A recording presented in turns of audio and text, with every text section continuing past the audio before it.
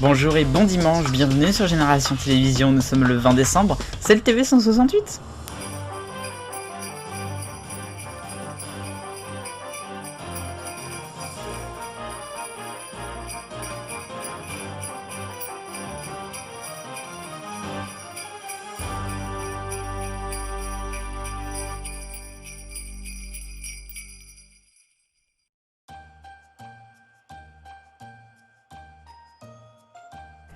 Et à la une de votre TV 168, on va parler de C8 et de Cyril Hanouna. Ouais, c'est rare que j'en parle autant et que j'en fasse une, je crois que c'est unique.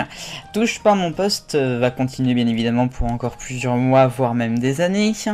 Et il y a une nouvelle émission, enfin une nouvelle séquence dans l'émission qui va arriver à partir du mois de janvier. C'est une séquence que vous connaissez forcément puisqu'il s'agit des Guignols. Alors bon... Comment vous dire, hein, il va refaire les Guignols? Pas vraiment, en fait il va juste faire venir une marionnette par jour dans l'émission. Là par exemple en fin de semaine je crois il y a eu sa marionnette à lui. Et puis bah en fonction de l'actualité, à partir du mois de janvier, chaque jour il y aura une différente marionnette. Hein. Bon... Pourquoi pas, s'il veut faire vivre les marionnettes de cette façon, c'est une idée. Après, voilà, c'est pas les Guignols, attention, hein. Ça va pas être l'émission que vous connaissez. Ça sera intégré dans l'émission, ça sera un chroniqueur en plus si vous voulez. Hein. Donc voilà, c'est quand même quelque chose de bien pour les marionnettes, de les revoir à l'antenne. Après, c'est vrai que c'est pas là qu'on aurait bien aimé les revoir.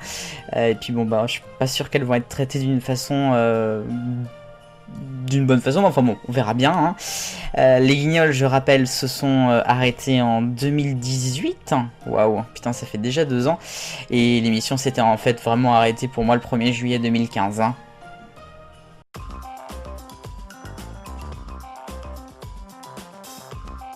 Et on commence le rayon actu avec TF1 qui s'entend bien avec Orange. L'histoire nous a pourtant fait le dire le contraire il y a quelques années. Alors ils ont un accord à partir du 1er janvier prochain pour de la publicité personnalisée. En fait, les gens qui regardent la télé sur Orange pourront choisir d'avoir des publicités en fonction d'eux, en fonction de leur usage, en fonction de leur lieu d'habitation. C'est quelque chose qui va permettre à TF1 de toucher plus les gens grâce à cette publicité segmentée. C'est le nom technique. On reste avec le groupe TF1 puisque Thierry Tuillier a fait une interview aux Parisiens, c'était le week-end dernier. Il a notamment parlé de la numérotation des chaînes, notamment le fameux canal 14 qui va être libéré normalement par France 4. Eh bien, il a dit que LCI ne prendra pas ce canal 14, ils ne passeront pas devant BFM TV, c'est plutôt fair play. Par contre, il est favorable à un regroupement en bloc des chaînes info, en par exemple 14, 15, 16, 17. Et puis nous allons terminer ce rayon actu avec M6, avec l'émission de Philippe Etchebest, Cauchemar en cuisine, qui sera à l'antenne dès le lundi 4 janvier en prime time. Et pour la première fois en 10 ans, puisque ça y est, ça sera les 10 ans de l'émission, il fera l'émission en duo. Il sera avec Mallory Gapsi, j'espère que je prononce bien, qui a été candidat de Top Chef 2020. Je crois qu'il avait terminé en demi-finale, je crois. Voilà, donc nouveau duo.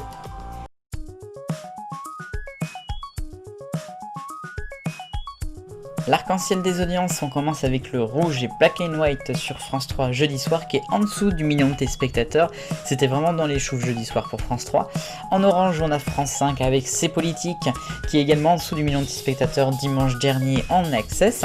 Et puis le jaune, c'est pour District Z sur TF1, le gros gadin pour un épisode coupé en deux cette fois-ci. La première partie fait 3 700 000 et 15%.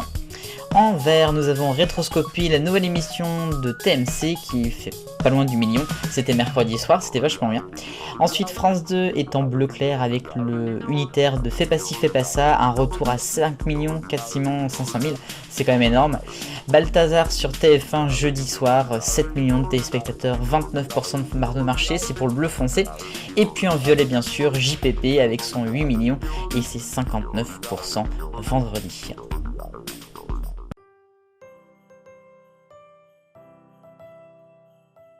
Un petit focus pour revenir sur les dernières émissions de beaucoup d'animateurs sur France Télévisions. C'était durant les derniers jours.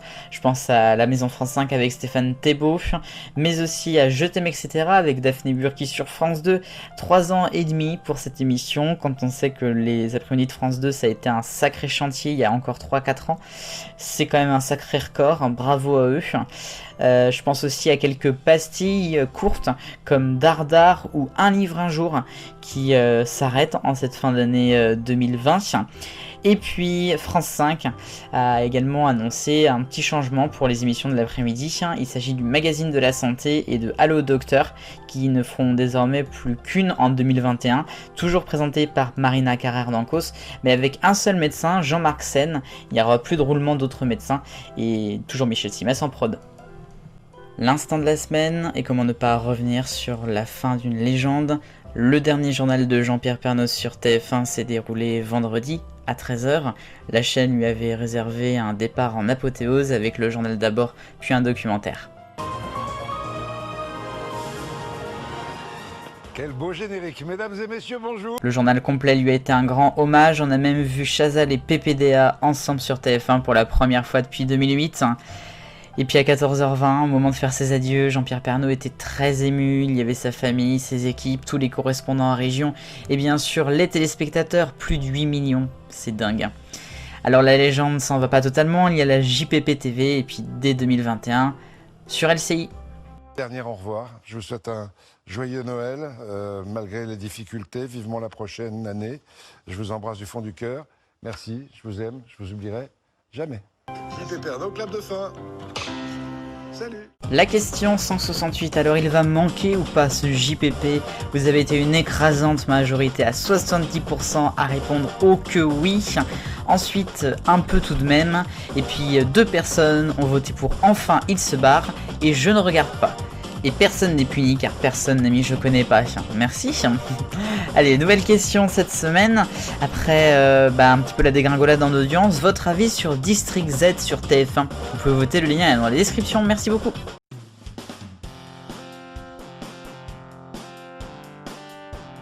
Bon, alors l'agenda, vous connaissez tout, j'en ai déjà parlé dans 2 de mes vidéos déjà. Mais je vous rappelle que jeudi sur France 2 l'après-midi, il y aura Tous ensemble pour Noël avec Faustine Bollard et Olivier Mine. Un petit peu plus tard, vers 16h40, il y aura sur Gulli le Gulive Fête Noël présenté par Johan avec Valentina, la gagnante de l'Eurovision Junior. Et puis samedi prochain en prime time sur TF1, présenté par Camille Combal, nouvelle émission La Grande Incruste. Et ainsi va la télévision en ce 20 décembre de l'an 2020. Merci beaucoup de m'avoir suivi pour ce TV 168. Je vous souhaite une excellente semaine de Noël. Profitez bien, vive le bonheur, on est tous des millions de copains. Salut!